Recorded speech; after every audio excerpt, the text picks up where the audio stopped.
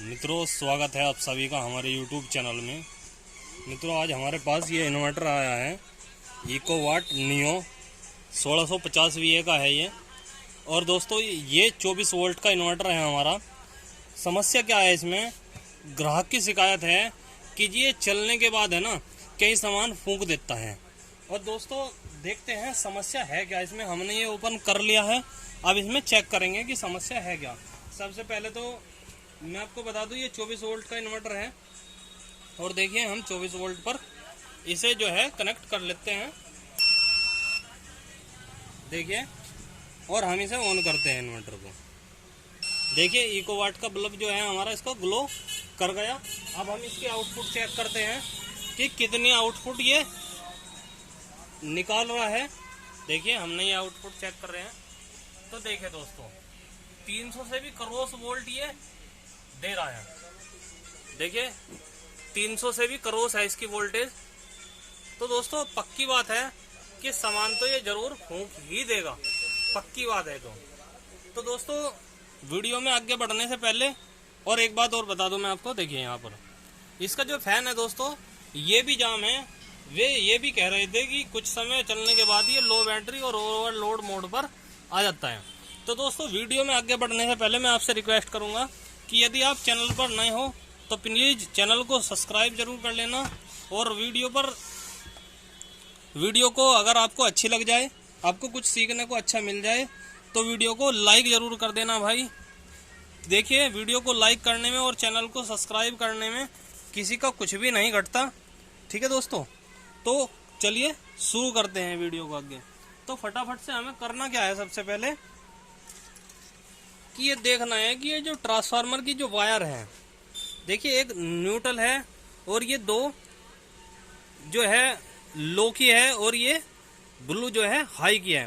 तो दोस्तों, ये हाई वाली पॉइंट जो है और ये लो वाला पॉइंट जो है, ये कहाँ पर कनेक्ट हो रहा है, ये आपको बस चेक करना है। तो सबसे पहले हम इसकी वायर खोल लेते हैं। कार्ड खोलकर हम चेक करते हैं। देखिए,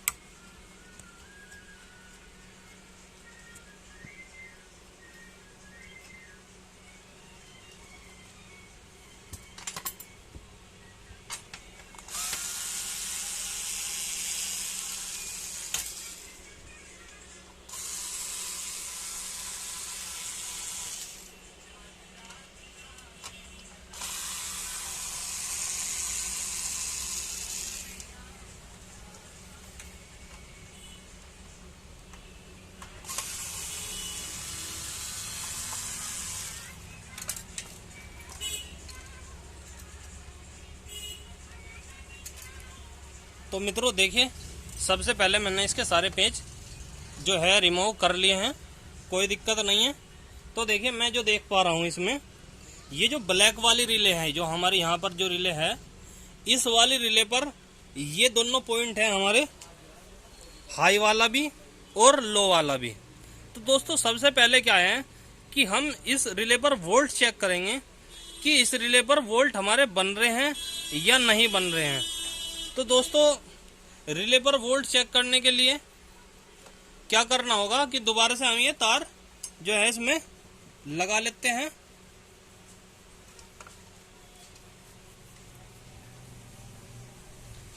वैसे तो मोटा मोटा मैं आपको बता दूं, मैं तो पहले ही इस रिले पर 12 वोल्ट चेक कर चुका था। देखिए, थोड़ी कठिनाई होती है वोल्टों को चेक करने में। यहाँ पर मैं पहले ही 12 वोल्ट हमारे यहाँ पर आ रहे थे। और दोस्तों, इस कंडीशन में जो है वोल्ट खराब होते भी नहीं है। करना क्या है, सबसे पहले हम इस रिले को चेंज करते हैं और फिर अगर कोई शिकायत आई तो फिर हम आगे का देखेंगे कि क्या रहेगा इसका प्रोसीजर आगे का। तो सबसे पहले हमको रिले ही चेंज करना है। रिले में रिमूव कर लेता हूँ सबसे पहले यहाँ से।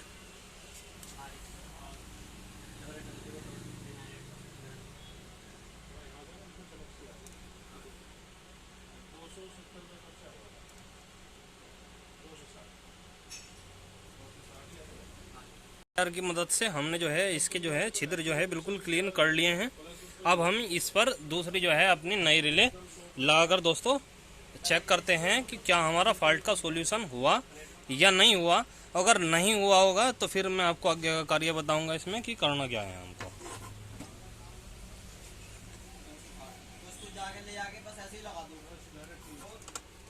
तो सबसे पहले हमने यहाँ पर रिले लगा लेते हैं, सोल्ड कर लेते हैं इसको।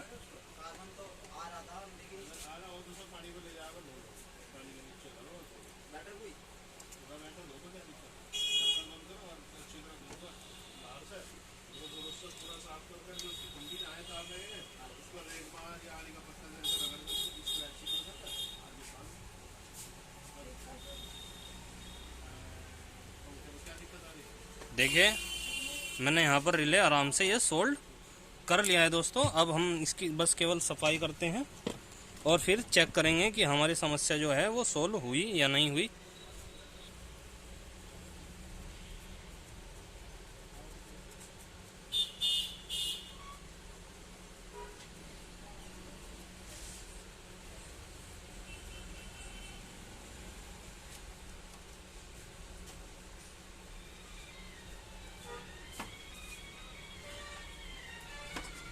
तो दोस्तों देखिए अब हम इसको फिट कर लेते हैं दोबारा से।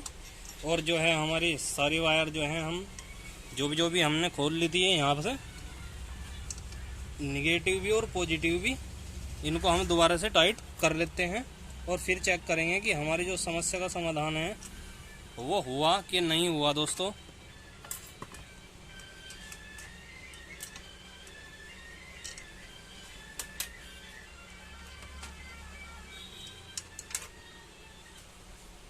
तो दोस्तों अब हम सारे खींच चुके हैं।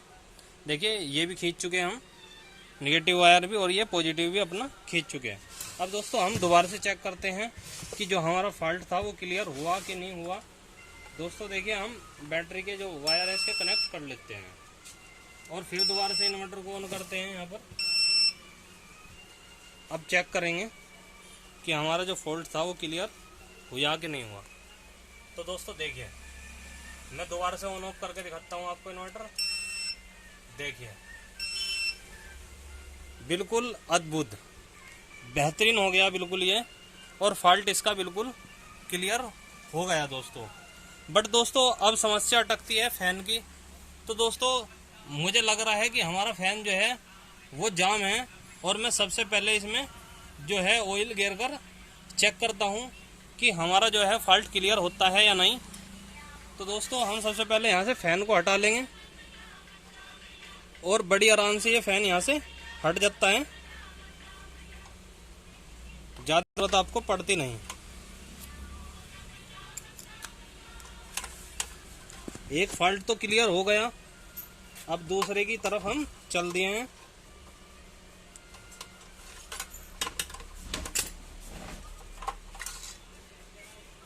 तो दोस्तों ये वाकई में ही जाम है फैन। हम चेक करते हैं कहीं इसका ऑयल तो नहीं सूख रहा। और देखिए दोस्तों आपको दिखाई दे रहा होगा कि ये काफ़ी सूखा हुआ पड़ा है बिल्कुल। तो हम जो है इसमें ऑयल थोड़ा डाल देते हैं। नया मोबिल ऑयल ले आप और मात्र 2 बूंद डाल दें, ठीक है दोस्तों। फिर हम देखिए घुमाकर चेक कर रहे हैं तो देखिए काफ़ी अच्छे से हमारा फैन जो है घूम रहा है। अब दोस्तों मैं वायर एक बार टच कर देखूँगा। बट दोस्तों देखिए हमारा फैन जो है फिर भी ऑपरेट नहीं हुआ। तो दोस्तों हम सबसे पहले क्या करते हैं फैन के लिए, उसका सबसे अच्छा इलाज है एक कि इस वाले जैक पर, जो ये वाला जो जैक है फैन का, इस जैक पर हम वोल्ट चेक करेंगे कि इस जैक पर वोल्ट आ भी रहे हैं या नहीं आ रहे। यदि नहीं आ रहे तो फिर आगे की प्रक्रिया शुरू करेंगे। करना क्या है हमें फिर,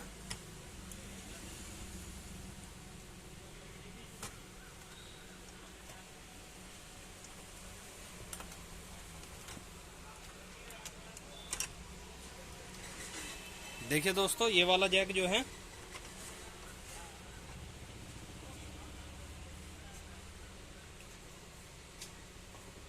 अब हम यहाँ पर जैसे ही वायर कनेक्ट करेंगे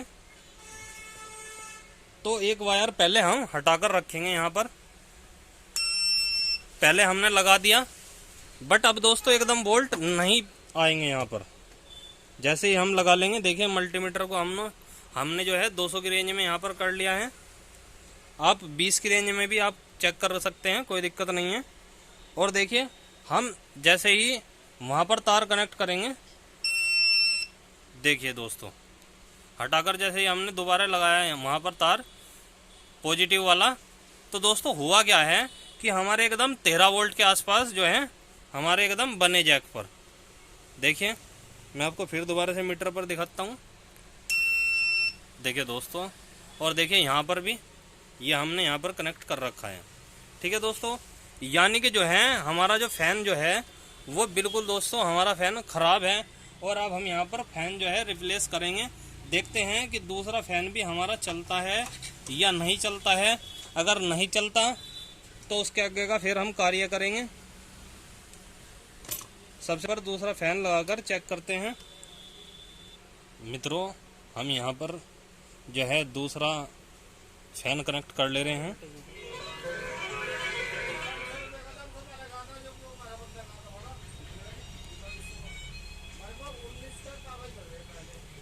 देखिए अब हमने यहाँ पर ये फ़ैन दूसरा जो है कनेक्ट कर लिया।